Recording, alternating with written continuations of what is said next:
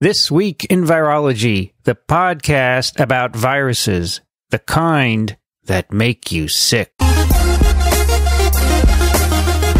From Microbe TV, this is TWiV, This Week in Virology, a special episode recorded on April 16th, 2020. I'm Vincent Racaniello, and you're listening to the podcast all about viruses. My guest today is Associate Director for Research at the Office of Vaccines Research and Review at the Food and Drug Administration, Kostya Chumakov. Welcome to TWiV. Hi, Vincent. It's nice to be on TWiV. As people call you, Kostya, right? Correct. And I've been actually wanting to get you on to talk about OPV in a long time, but there's even a more interesting reason maybe to talk about it, as we'll see. But why don't you first tell us a little bit about your education and training? You're from the former Soviet Union, right? You must have been born there. Yes. I mean, I was born in the Soviet Union, and then I graduated from the Department of Virology at Moscow State University under Vadim Agol, whom you, of course, know because he's also a very famous poliovirologist, just like yourself. So you were his PhD student? Yeah, I was his PhD student, right. And I worked with him since I was 15. Wow. I was still in high school when I started working in his lab. And this is why the reason for this is that my parents were also poliovirologists, actually. My father, Mikhail Chumakov, he was the guy who organized the first mass trials of Sabin oral polio vaccine in the Soviet Union. And Sabin actually credited him for this critical contribution because without the Russian clinical trials that were very successful, the vaccine would not have been licensed. You may remember that it was, inactivated Salk vaccine was already licensed in the United States. Right. So when Sabin proposed this attenuated strains, of course, there was some reluctance to accept it because, first of all, the vaccine was already quite successful, the one that Salk developed. And of course, live virus, it was a risky proposition. So that's why Sabin joined forces with my parents and my mother, Marina Voroshilova. She was also the closest associate of my father. So what happened actually in the Soviet Union, there was also quite a surge of poliomyelitis in the early mid-1950s. So my father was a neurovirologist. But by then he actually discovered a lot of different viruses. He was a co-discoverer of tick-borne encephalitis, then Crimean Congo virus and hemorrhagic renal syndrome. I mean, he had a long list of viruses that he found. And so he was assigned by the Soviet government to organize a new institute of poliomyelitis. It was at the end of 1955. So he, my mother, another Russian virologist, Anatoly Smorodintsev, and another KGB guy who was accompanying them to the United States, went there to study what's going on. They spent several months in the United States, visited all the labs that were involved in polio research and got friends with the Sabin and Salk. And I remember them all because when they came back, they started this new production. So first they started making inactivated vaccine, but of course, Sabin convinced my father that his vaccine is much better. So, and then perhaps I think it was maybe 1957 or 58, Sabin brought some batches of vaccine in his suitcase when he visited Moscow. And so my father organized first a very small trial, and it was very successful.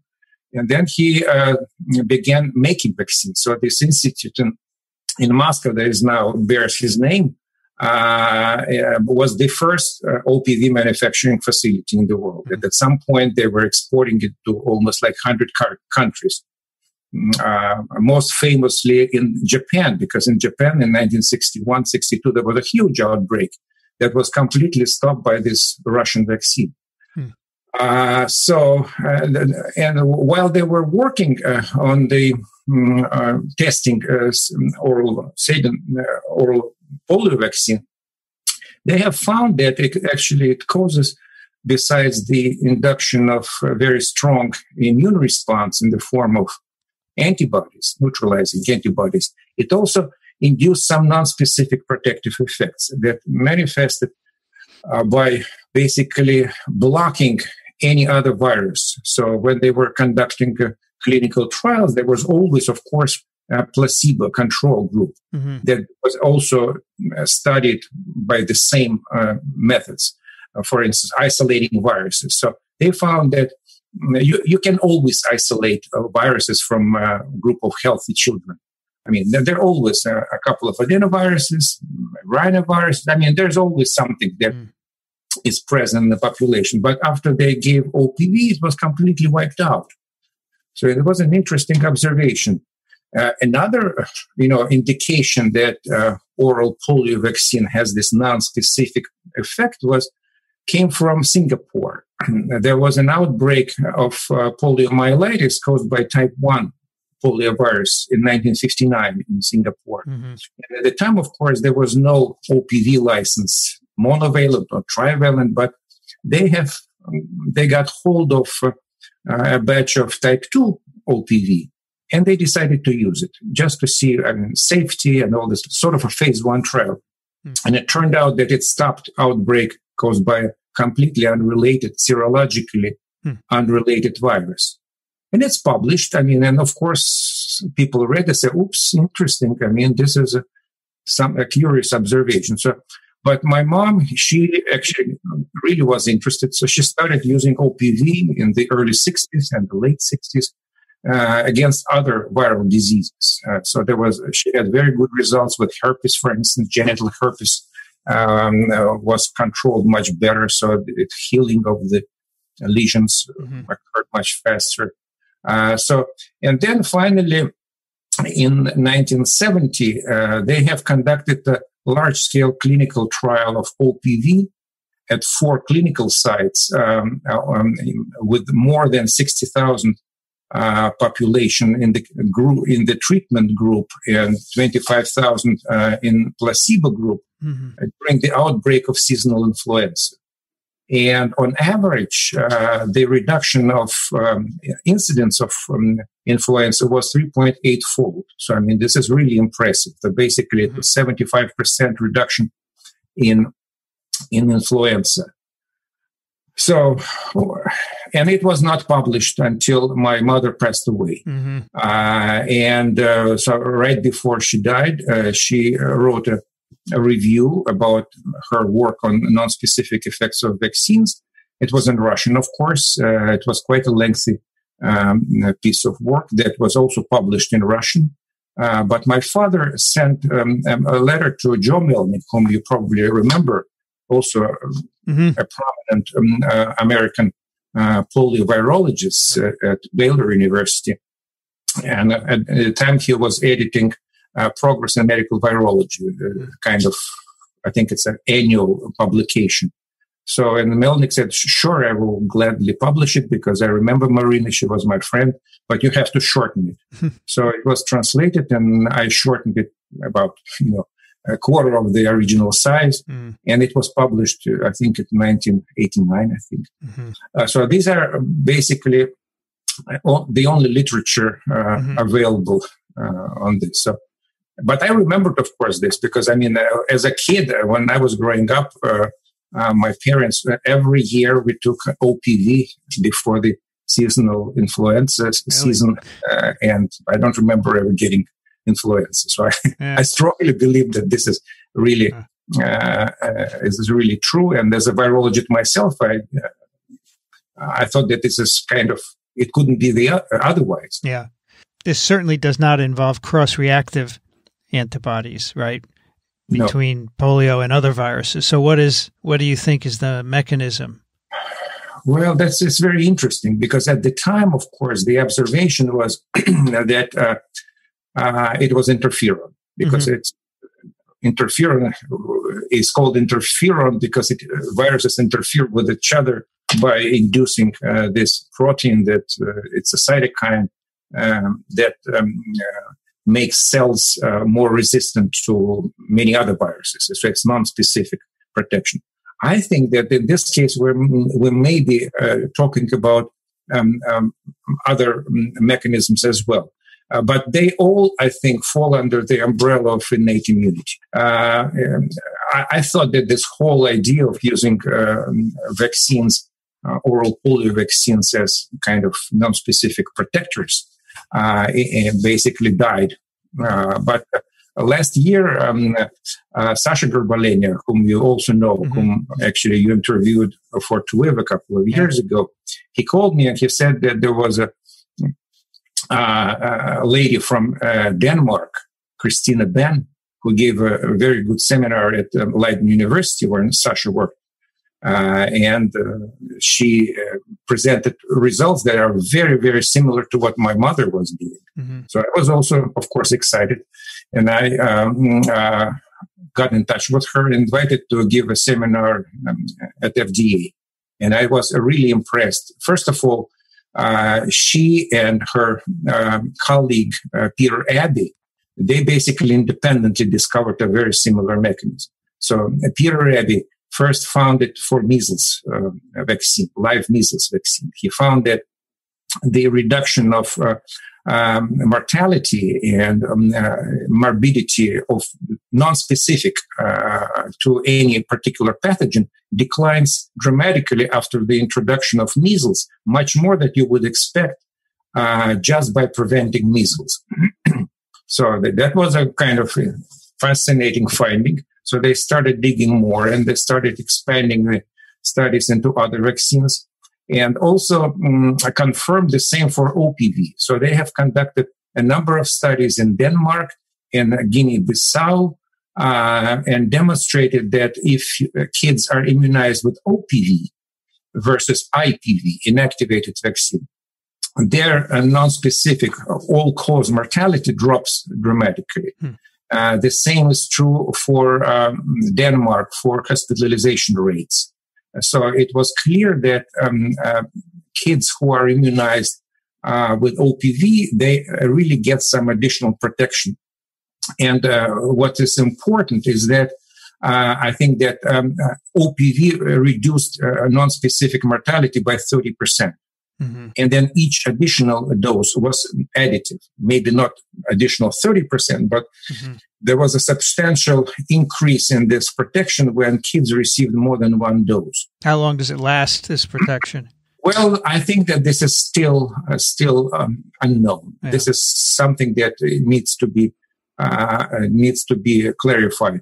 Essentially, this is the same general mechanism as BCG. And, probably you discussed this on TWiV, this ongoing studies with BCG, and which is true. I mean, the protective effects of BCG, non-specific effects, were discovered in the 1920s by the discoverers of BCG, Calmette and Guérin.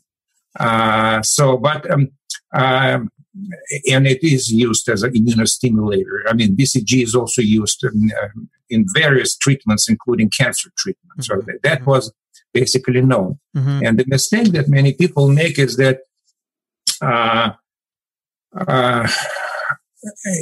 people who were immunized with BCG as in the childhood, they are protected from COVID-19. It is not true. I don't think it is true. Of course, if you compare incidence of coronavirus disease in countries that use BCG versus those that do not, you will see the difference. But there are so many other factors that it's very hard to make cause-effect conclusion. Could also be reporting too, right? Reporting. I mean, I think that at this point, this is, to me, it's not an evidence, but that. BCG, as well as other live vaccines, probably induce non-specific effects. I think this is I can say that this is an established fact. Maybe it's not universal, but this is true for OPV. This is true for measles. This is true for smallpox vaccine. And this is true for other bacterial vaccines, not only BCG, because, I mean, the experimental vaccine against pertussis that was developed in France recently by Camille Loch, they also found that this vaccine actually has a non-specific protective effects, not only against infectious diseases, but also suppresses inflammatory diseases. So it's obvious that live pathogens, attenuated pathogens, they have a profound effect on the innate immune system, including suppressing inflammation and so on. So, which is in retrospect is something that you should expect, because viruses definitely have to modulate immune response. And on the other hand, host must detect viruses. If there was no immune system, innate immune system, we would be dead in the first few days before the adaptive immune response kicks in. So OPV is used globally in WHO eradication programs, right? So do we have any data from those that it's broadly protective, that has reduced the burden of childhood disease? Well, I mean, it's very hard to figure out. I mean, actually, part of the studies that Peter Reddy and Christina Ben conducted, I mean, they were basically, a lot of them were observational studies. They did not do prospective studies. But so this is, but the thing is that, of course, OPV is used in children. So during the first year, and then before they reach 5 years of age. So it's not being used for adults. So it's very hard. And by the way, it is not unreasonable, I think, to speculate that the reason why children do not get as sick as adults is that they've received measles vaccine and other live vaccines quite recently. So they may be still having this kind of residual protective effects. Yeah, sure. Measles, mumps, rubella, all in one, right? Right. And many times. Interesting. So now, based on this, you have an idea for SARS-CoV-2, right? Yeah. Look, I mean, I've been knocking on every door. I know several years ago, I was talking to DARPA and we even gave a seminar over there. Everybody said, wow, that's interesting, but it didn't go anywhere. And actually, as recently as this February, if you remember the workshop, Enterovirus D68 workshop at NIH, and I was chairing a vaccine session over there. At the end, I said, guys, I mean, we're talking about development of a new vaccine against D68. We already have vaccine. I mean, let's try OPV. And of course, everybody smiles. Oh, he's probably joking. It's a kind of... But when this coronavirus really got serious, I thought, well, maybe this is a chance to test this hypothesis, because now a lot of skepticism and red tape could be set aside. So I decided I wrote a 2-page proposal and I sent it to Bob Gallo at the Institute of Human Virology and Christian Brichot, who is the president of the Global Virus Network. And this Global Virus Network, actually, it's something that was organized by Bob Gallo about 10 years ago, together with his friends Reinhard Kurtz and Billy Hall in Germany and Ireland. So this is a kind of loose limit net of medical virologists who basically operate outside of any government frameworks. So it's a kind of peer-to-peer interaction. So we have phone calls regularly and organize temporary task forces if something new emerges, including this coronavirus. So I thought that maybe I can get this group of people, because they're all scientists. I mean, they're not bureaucrats over there. They're really good scientists. So, and Bob read it and she said, wow, it's interesting. And Christian also said, well, that's worth considering. So they have organized a teleconference with other center directors all over the world. So, and the response was also quite positive. So that's how it all started. And Bob Gallo called his friend Bob Redfield, whom they worked with together many years. They were both co-founders of the Institute of Human Virology. He's the CDC director, right? Yeah, he is currently serves as CDC director. But he also, along with Bob Gallo, he is the co-founder of the Institute of Human Virology in the University of Maryland School of Medicine in Baltimore. And Bob Redfield also very positive. He said, well, it's an interesting idea. Let us know how CDC can help us this effort. Then we had a teleconference with Tony Fauci and senior leadership at NIAID, National Institute of Allergy and Infectious Diseases. They were also very positive. So that's why we decided to go full steam ahead. Basically, at this point, Institute of Human Virology and GVN, they're preparing for the clinical trial, and it will be led by Cheyenne Cotterville, the clinical director of the institute.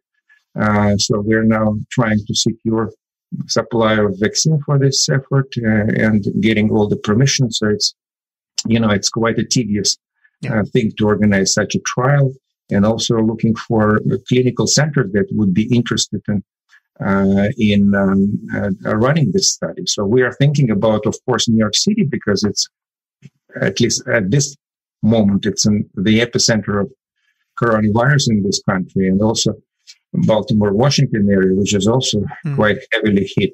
So that's how we plan to do this. I mean this. I'm not involved, as you understand. Being at the FDA, I cannot run this, and I will not. It's not my place to do this kind of studies. But I'm trying to provide some advice on what would be the right course. So, which OPV are you going to use? Monovalent or divalent? What's the plan? Well, my original idea was to use monovalent, because for obvious reason. Because you can potentially use first monovalent type 1, then type 3 after maybe 4 or 5 weeks after the shedding of first vaccine virus stops, basically to extend the period when subjects are protected. But it turns out that it's very hard to get hold of monovalent type 1 and type 3 because right now countries that still use OPV, they use it in the bivalent formulation, type 1 and type 3. Type 2 was eradicated in 2015, officially declared eradicated. And so therefore, trivalent vaccine is no longer used. But there are still, as you know, there are vaccine-derived polioviruses that cause outbreaks. And right now, since the immunity to type 2 poliovirus dropped significantly in countries that no longer use, trivalent vaccine or IPV, so that's why immunity is low, and the vaccine-derived polioviruses emerge very easy. So that's why we decided not to even consider a type 2, because it could result in some, unfortunate events. What is going to be the design of the trial? Are you going to take people who are not infected and give them OPV and see if it prevents infection, or people who are already infected? We are thinking about trying it in people who are not infected. Okay. Basically, the endpoint will be a reduction of incidence, and the secondary endpoint will be potentially severity of disease and some other aspects. So, because it is possible that even if people get COVID-19 disease, it may not be as, severe as otherwise. So you will monitor them for a certain number of months, I presume, right? Because it can't go indefinitely. Right. At this point, I think we're considering 3 months follow-up. Okay. And hopefully by then, COVID-19 will go away by itself. So, that's a race. That's a race that we're in. It depends when you're going to start this. You're not going to start it next week, right? It'll probably take several months to get it going, right? Well, I wish we could start it tomorrow, but there are a lot of steps. You should actually cross all the T's and dot all the I's. And so realistically, it's probably not going to start until, 2 or 3 weeks from now. And so then will you check people serologically to make sure they've not been infected before? before you enroll them in the trial? Yeah, right. Yeah, they will be tested for PCR tests and serological tests. Of course, they will be tested for polio antibodies. Yeah. Before and after, they will be tested for shedding of poliovirus because we need to make sure that they were really successfully immunized. Because all these people will be immune to polio. Right. So is that going to be a problem? Will that prevent the gut replication of OPV?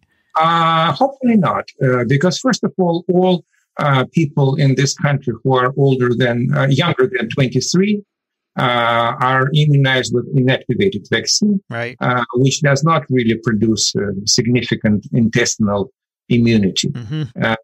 Those who were immunized in their childhood with oral polio vaccine, of course, they do have intestinal immunity, but it wanes rather quickly. Yeah, so, I mean, in a few years, people can be reinfected. It is clear just from the fact that OPV is given in countries that are still using them 4 times, and each time they get a boost. So it's clear that reinfection is quite possible. So this is basically a phase 2 trial, right? Because we don't need to do phase 1 with this vaccine. Yes, I mean, I think you can say this because, I mean, this vaccine it's not used in this country for many years, of course, but it was used for so long. And so, I mean, it's probably one of the most successful and widely used vaccines ever. Yeah. If you count the number of doses of OPV that were used in the world, is just staggering. So if you do this in a couple of weeks and it takes 3 months, say, for your analysis, and then you have to look at the data for another while. So that probably brings us to the fall. It could be in time for what some people think is going to be the reemergence of SARS-CoV-2, right? Yeah, that's one concern that we have is that, I mean, it can disappear. At least the first wave will pass before we can do anything about it. So a lot of people predict that there will be a second wave.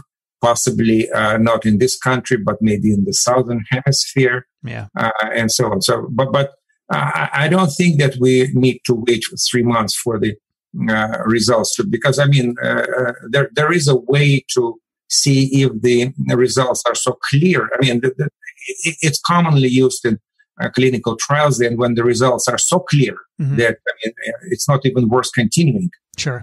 So it can be done. So I hope this will be the case, even though I'm not sure. I mean, prior experience shows that this might work, but you never know. That's why we need the trial to confirm.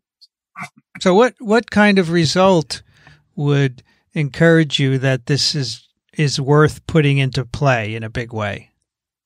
Well, look, I mean, I think that what I like about this approach in general is exactly what we've been missing for many years. So we had SARS-1, MERS, influenza outbreak, Ebola, this and that. I mean, it's not going to stop. I mean, we will be getting emerging viruses forever. I mean, we have to live with it. But what we're missing is the rapid response tool. So, that vaccine development takes a long time. Under the most favorable circumstances, it will probably take several months, maybe more than a year. First of all, you need to make a vaccine, then you have phase 1, phase 2, phase 3, and all the ramp up production and validate all the processes. I mean, it's a very tedious process, but we need something that you can deploy instantly. For instance, if suppose this works, so imagine that by the time we recognize that this is a really big threat in the United States, maybe what was it, the end of January, maybe early February, when we started seeing, suppose that the population could be immunized with OPV. I mean, it might be even possible to immunize the entire population. It would be by far cheaper. Each dose of OPV costs about 10 to 15 cents.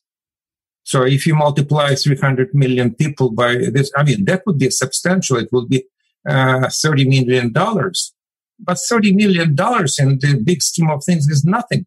If this would reduce R naught value or effective reproductive number of this disease by a factor of 4, it will start waning right away.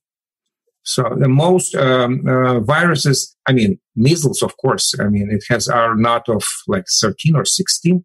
Of course, it's very hard to deal with, but flu has a R naught value of under 2. So for a regular viruses that are not that vicious, that could be a first line of defense that could at least provide some breathing room for other measures to be developed. So I think that's why I like this whole idea, because it's not specific.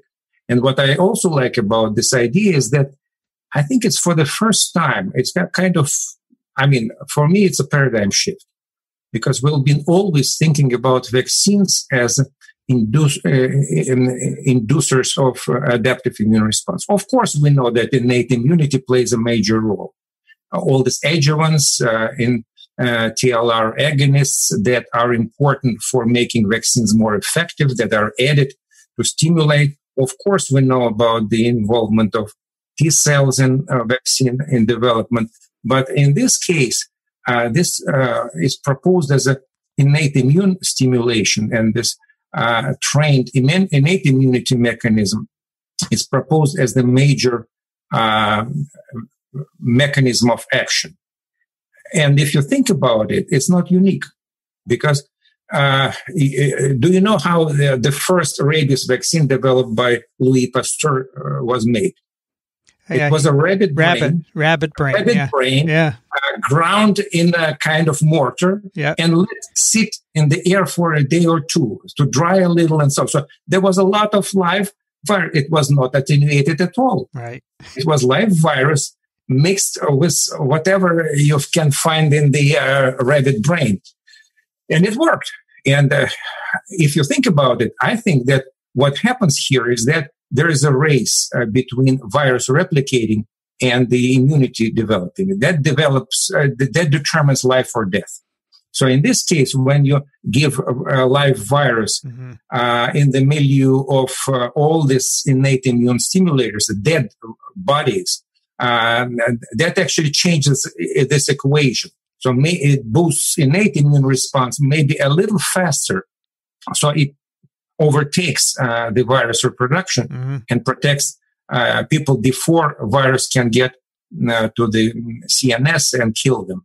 The same, I think that largely, if you think about it, the same mechanism perhaps is true for the this reshuffled viruses. Something that is now when you recall, something that I think was done by Olin Kilo, Carrie Burns, and Eckhart Wimmer, of course. There are really a lot of vaccines are now considered based on this technology. And we have some interesting experience with it, because we collaborated with both with Eckhart and Olin testing in our animal systems for poliovirus. And what is interesting is that these reshuffled viruses, they have exactly the same virulence as the non-reshuffled viruses if you count by the infectious unit. So the paralytic dose per infectious unit is exactly the same. What is different is the paralytic dose per physical particle. So these viruses are half dead. So for whatever reason, and the mechanism is still not completely understood, there are some theories about it. The virus contains a lot of dead bodies. So the number of infectious particles, the ratio of infectious to non-infectious particles is shifted. And I think what happens in this case is that when you inject this virus into an animal or give it to a human as a vaccine, again, the immune response, the innate protection that is triggered, going faster than the virus can replicate. So I think that this could be, and it's all completely overlooked. The same is true for viruses and vaccines that are that often produce defective interfering particles. So I mean, it's only now that we begin to understand that this plays perhaps a major role in the vaccine attenuation. I think there's a SARS-CoV-2 candidate that's been recoded. That's being developed by someone. Yeah, I've heard about it. 2, yeah. So if we had OPV, if we knew it worked for SARS-CoV-2, it could have been used early in the outbreak in China, perhaps, right? Possibly, yeah. And it might have stopped global spread. It could. Yeah. I mean, you said we have 1 billion doses somewhere. Is that true? Well, it's hard to tell. I mean, yeah. We're now in active discussions with the World Health Organization because, they lead this polio eradication efforts, and they, along with UNICEF, they control this vaccine supply and distribution. So there are, the vaccines are made by manufacturers, and there are some stockpiles of this vaccine, but not much in terms of type 1 and 3 yet, because the vaccines are still being used. So there is no need to basically do campaigns and stock them up. So it is not billion of doses. I mean, there was a big stockpile of type 2 OPV, but it was almost completely used up trying to control those circulating vaccine-derived poliovirus outbreaks. Not really very successfully. But the stockpile is almost over, so it's almost depleted. Are there companies that can manufacture OPV still? Oh, yeah, absolutely, easily. They are manufactured in France and Belgium and Indonesia and India and Russia. I mean, there's still a lot of vaccine manufacturers, and the process is not that very difficult, basically. You grow live virus in cell culture and bioreactors. You do a few things, but you don't have to inactivate it. It's really, that's why it's so inexpensive. So I understand that a lot of the global OPV campaigns had to be suspended because they don't want to spread SARS-CoV-2. Is that right?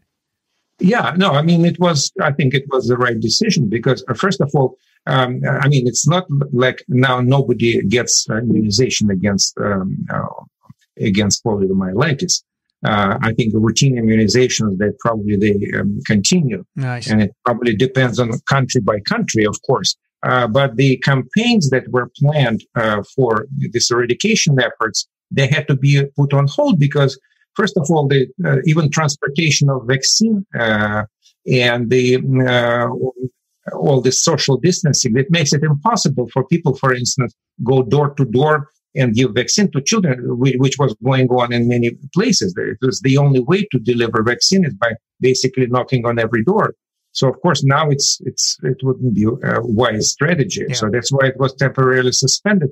And sadly, it probably will result in a resurgence of polio. So, I'm hopeful that maybe this idea of using polio, more widely polio vaccine, probably would synergize with the eradication campaign. Maybe people will pay more attention to the benefits of this vaccine. It would be ironic if it turns out that we should go back to the campaign just because it will help prevent SARS-CoV-2 infection, right? Well, look, I think in the long, if really what Peter Rabi and Christina Ben are claiming that immunization with OPV protects children from all different kinds of diseases, I think that phasing out of OPV would not be looked at as a wise move, because, of course, we will reduce very rare cases of vaccine-associated paralytic polio, but it will result as a kind of unintended consequence an increase in other diseases. So, on balance, it should be weighted very carefully. At the time when the strategy of polio eradication was developed, nobody was thinking about it. So the concern was that we have one case in 3 million doses distributed, and we have to stop. Of course, every child paralyzed is a tragedy. But if saving 3 children would result in the death of 300 more, that's a totally different equation. So, I think that should be revisited and studied very carefully. What would be the unintended consequences of the actions taken while trying to prevent one disease on another? is there a concern if you use OPV widely for other viral diseases? Is there a concern about reversion and vaccine-associated polio? Well, look, I mean, I think that, of course, there is a concern. But my hope is that since what we are trying to do now is to use it in the completely immunized population, people who were previously fully immunized against poliomyelitis, they're not going to get poliomyelitis. It's completely safe for them. So I don't think it's a major concern. And second, you know that there is an effort now, sponsored by the Bill and Melinda Gates Foundation to create a new genetically stable OPV. And so far, it's quite promising. So type 2 is almost there. Hopefully later this year it will be used for eradication campaign. And type 1 and type 3 are also on the way. So I think it could be a godsend. I mean, if we will have an oral polio vaccine that will not cause those rare adverse reactions, that would be the ideal tool. But WHO now is encouraging a switch to IPV, right? So right. How much of the world is now IPV exclusively? Well, a lot. I mean, United States, Canada, I think even Mexico is now switching gradually, Europe, Japan, a lot of, most high-income countries already done this mostly for the reason that there are very rare vaccine-associated paralytic cases, right? Which is clearly unacceptable if there is no threat of natural disease. But I think that if there would be a safe oral polio vaccine, completely safe, 100% safe. I would think, I mean, at least it's my personal belief that we should go back to this vaccine. If all these benefits that we're talking about would really proven. There are certainly countries who can't switch to IPV. They don't have needles. They can't afford IPV. Right. So we'll never get everyone to switch. Isn't that right? Well, no, not really, because, you're right. Because first of all, IPV, inactivated vaccine, is much more expensive, maybe by a factor of 10 or even more. Yes, one, it would be a deal breaker already. Second, it needs injections, intramuscular injections, meaning that you need qualified medical personnel. So that's another reason. But now there is a lot of innovation in this field, and there is also attempts to create this intradermal patches. This could be overcome. I think that what's important is that we don't give up on trying to innovate in this area, because unfortunately, for many years we've been hearing, we're almost there, polio is dead, and so on. Let's stop. Let's switch to something else. I think it was a mistake. I think if we would start it early, by now we would have had a very inexpensive, easy to deliver, very efficacious vaccine, and we wouldn't be talking about polio anymore. So I think that we should really, and there are a lot of, very clever and promising ideas of how to make a really ideal vaccine against polio that will be safe and very effective and so on, and will induce intestinal immunity, and hopefully also will have this non-specific effect.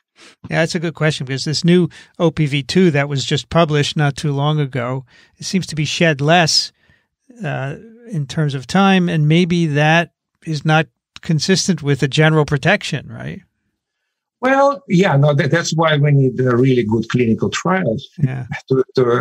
And even after we have what we call phase 3 trial, there will need to be for post-marketing follow-up. How it really performs when it's given to millions and millions of children. But so far, it appears to be more stable. Yeah. While still being efficacious.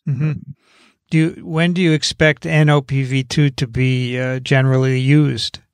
I don't know. Generally, at this point, the strategy is that its intent, basically, the reason why this whole program was started is to create a tool for emergency response. Basically, to have vaccines of, for instance, after replication is over and most people will become susceptible and we have an outbreak. We don't want to go in with vaccine that will only kind of pouring gasoline on the fire. Sure. Actually, that's exactly what happened when they tried to stop type 2 outbreaks. Yeah. Because I think I've heard that for every outbreak that they were trying to prevent, they created 3 new ones. Yeah. I mean, that's totally unacceptable. So the expectation is that this new vaccine will not do this. Yeah, and so you could use it in case of a type 2 vaccine-derived outbreak, right? You could go in with your new OPV2. That's actually the explicit reason why it was developed. But I think that if this would be proven to be true, I mean, this not specific effect, I think that this vaccine could be easily repurposed for this indication as well. Yeah, but your trial that you're going to do for SARS-CoV-2 will just involve traditional OPV, not the new one, right? Not the new one. No, I mean, the new one is not yet available because, I mean, there are some manufacturing last, you need to cross all the T's and dot all the I's and make sure that you have all the assays in place. You have to make sure that you have a decent yield. And so, I mean, there is a lot of moving parts in this process. So we're not there yet. So just to be clear, the trial that you talked about with OPV versus SARS-CoV-2, this will happen for sure? Well, I hope so. Again, there are a lot of moving parts here as well. I mean, because we need to have vaccine supply, we need to get all the permissions, we need to get FDA approval for the trial, we need to enlist all the hospitals, and maybe more importantly, we need to have subjects to immunize. Right now, the idea is that the trial will be conducted in the most vulnerable population, meaning frontline healthcare workers, because they're exposed most. So that's why probably it's a cohort of people whom you expect to have the highest exposure. Maybe other group could be, a police force. Yeah. So, I mean, those who really are exposed more than others. But again, if you look at the trends right now, even in New York City, we start seeing some kind of trend for decline of the incidence. So maybe if we don't start within this 3-4 week period, we may be in trouble, because in this case, we will need huge cohorts to generate sufficient statistical database. Now, despite whatever happens with this trial, clearly SARS-CoV-2 vaccines are all in development, and I'm sure you're keeping your eye on that. Do you expect to have a lot of candidates apply for licensure at one point? Is that reasonable? Well, I'm sure there will be. Look, I mean, now everybody and their uncle are doing this. I mean, it's just amazing. Everybody's trying to contribute, which is great. So I'm sure that there will be a lot of vaccine candidates. I don't know if all of them or how many of them will get to the point when they will be able to conduct clinical trials. But again, this will also be a race between the disease, successful vaccines and less successful vaccines. So what's the soonest that a vaccine could be licensed and used? So assuming a phase 1 trial has just begun, which is the case for some of them, when is the most likely licensure possible? Well, I mean, it's hard to tell, especially I'd rather not speak on this, because, I mean, then somebody will tell, well, FDA said this and that. You and I know the answer, but I'd rather not air it openly. I mean, it's all in the news. I mean, actually, Tony Fauci, I think he gave his estimates. Some people agree, some people don't. But, that's the kind of ballpark. Okay, got it. Fair enough. You're not involved in vaccine testing and licensing, are you? No. I mean, I'm doing research. I mean, I'm strictly a lab person. I mean, basically, I'm not involved in this regulatory part of this. Got it. Probably it's good, right? Well, I mean, I like it. So let's finish your career. When you were in the Soviet Union, you got your PhD. What did you do after that? Well, I mean, I continued working with Vadim Agol, and I had a lot of other interests. And I mean, it was a kind of convoluted and circuitous route for me to get where I am now. Because when I was in the Soviet Union, I never worked on polio. I mean, I worked on encephalomyocarditis virus of mice, because this is what Vadim's lab was doing. And then, strangely, we had a guy at the institute where I worked who discovered this Vilusk encephalitis. I mean, there was such a disease in Siberia that was reminiscent by some account to the Kuru and all the slow diseases. And so they have isolated a strange agent that they called KPN by the initials of the victim. And for 10 years, they couldn't figure out what it is. So they thought it's a virus because it would pass through the filters, and they would put filtered fluid into the cells, and they would, die. So that they thought it's a small RNA virus. So, and this guy actually came to me and he said, "You're doing molecular biology. Let's try to do it together." So basically, I started running gels, agarose gels, and then I see that the pattern is exactly what you expect in eukaryotic cells, because there was a sharp band of DNA on the top, then there was a smear, something like tRNA.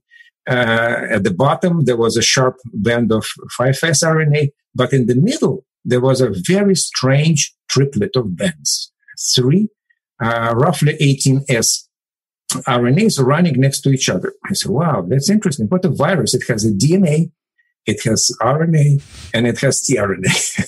What is this? So I decided to cut out this band of 5S RNA and sequence it. And at the time, there were no computers, because I'm talking about 1983 or 84. So, I mean, at least in Russia, they had no computers. And I'm sure that in the US, there were no computers back then either. But Nucleic Acid Research published annual volume of all known nucleotide sequences. It was this thick. So I said, well, 5S, I found a chapter on 5S RNA, and I started basically lining up the typewritten, sequence along the published sequence. And to my surprise, it matched 100% Acanthamoeba castellani. It was a free-living amoeba that usually lives in water, and wow. And occasionally causes neurological disease when it gets through the olfactory nerve into the brain and causes encephalitis with 100% fatality in 2 days. So, well, I mean, I thought, wow. But while I was doing this, I got so impressed by the power of nucleotide sequencing that you can basically resolve a problem that virologists traditional couldn't resolve in 10 years. So the guy whom I worked with, he lost his interest completely. He was not interested anymore. It's not a virus, it's amoeba. So forget it. While I was doing this, a lot of microbiologists started coming to me and said, you know what, now Carl Wuse, he's developed this ribosomal RNA phylogeny, and no journal will publish a new bacteria that they discovered by dozens without this phylogeny. Would you please help us? So I started helping them with nucleotide sequencing and so on, and gradually they invited me. I worked at the Moscow University for all my life, but for the last 2 years, I moved to this Institute of Microbiology that was actually doing all this bacterial discovery work. And then I didn't like it over there. And by then, the Soviet Union started collapsing. And then I met lady from the FDA who came to Moscow, and we actually chatted and liked each other. She invited me to come and work for the FDA. It was 1989, and I'm still there. Wow. So, okay. Yeah. Good story. Yeah. And you went and did similar things to what you're doing now, right? Research at the FDA. Yeah, no, I mean, right. I mean, and you probably remember because we sort of interacted back then in the early 1990s. Because, I mean, the idea was, the reason why she invited me was to develop a molecular method that could replace monkey tests. Right. Because every single batch of OPV must undergo neurovirulence test in monkeys to make sure that the monkeys are okay, there is no neuronal damage, and so on. So by then, of course, these determinants of neurovirulence were discovered in the 5' UTR, mutations that make virus more virulent. And so we have developed a PCR-based method that could quantify this mutation. And it turned out that it has a perfect correlation between the content of these mutations and the neurovirulence as measured by a monkey test. So that's how this whole thing started. That's how I got interested in poliovirus. That was the first time despite my family connections, I was not doing polio work. And then other things started happening. We started using this approach to other vaccines, and I got interested in other polio vaccines, such as inactivated, and so that's how it presents. And by the way, there is an interesting, I mean, if you remember this story when you were working back then also on this neurovirulent mutation, so with the Letterly group, right? Yeah, yes. And we were doing, and we had and we even had a workshop, I think in 1991, I think. That's right. I remember you presenting something. And then I just want to talk about a striking observation that, I mean, for the first time I realized the power of this innate immunity. Because we inoculated monkeys. This test is done by inoculating live virus into the anterior horns of a monkey. And monkeys are not paralyzed. I mean, they're fine.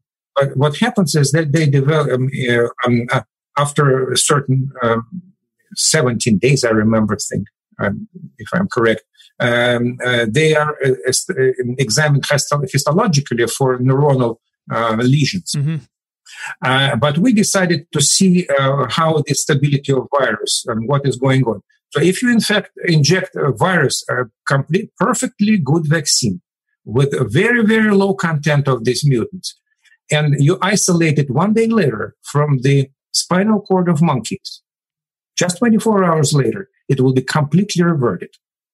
So if you inject this reverted virus into monkeys, they will be all paralyzed. But something happens within the first 24 hours in the CNS that makes this virulent virus completely innocuous.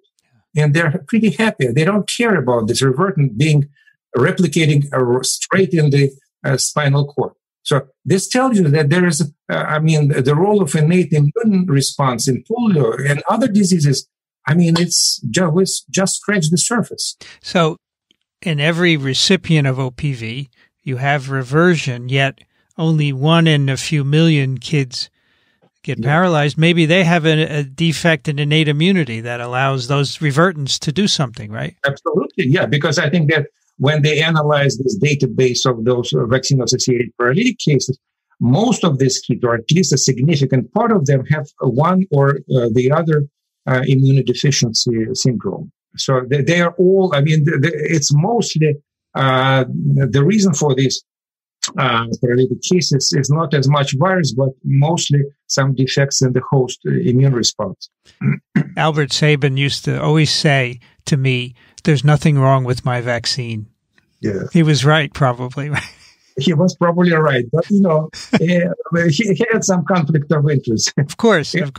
Look, I knew him very well, and in the last years of his life, we interacted a lot, because when we wrote this first paper about this new method that we proposed to control oral polio vaccine production, I wrote a manuscript, and I called him and asked him to basically communicated to PNAS.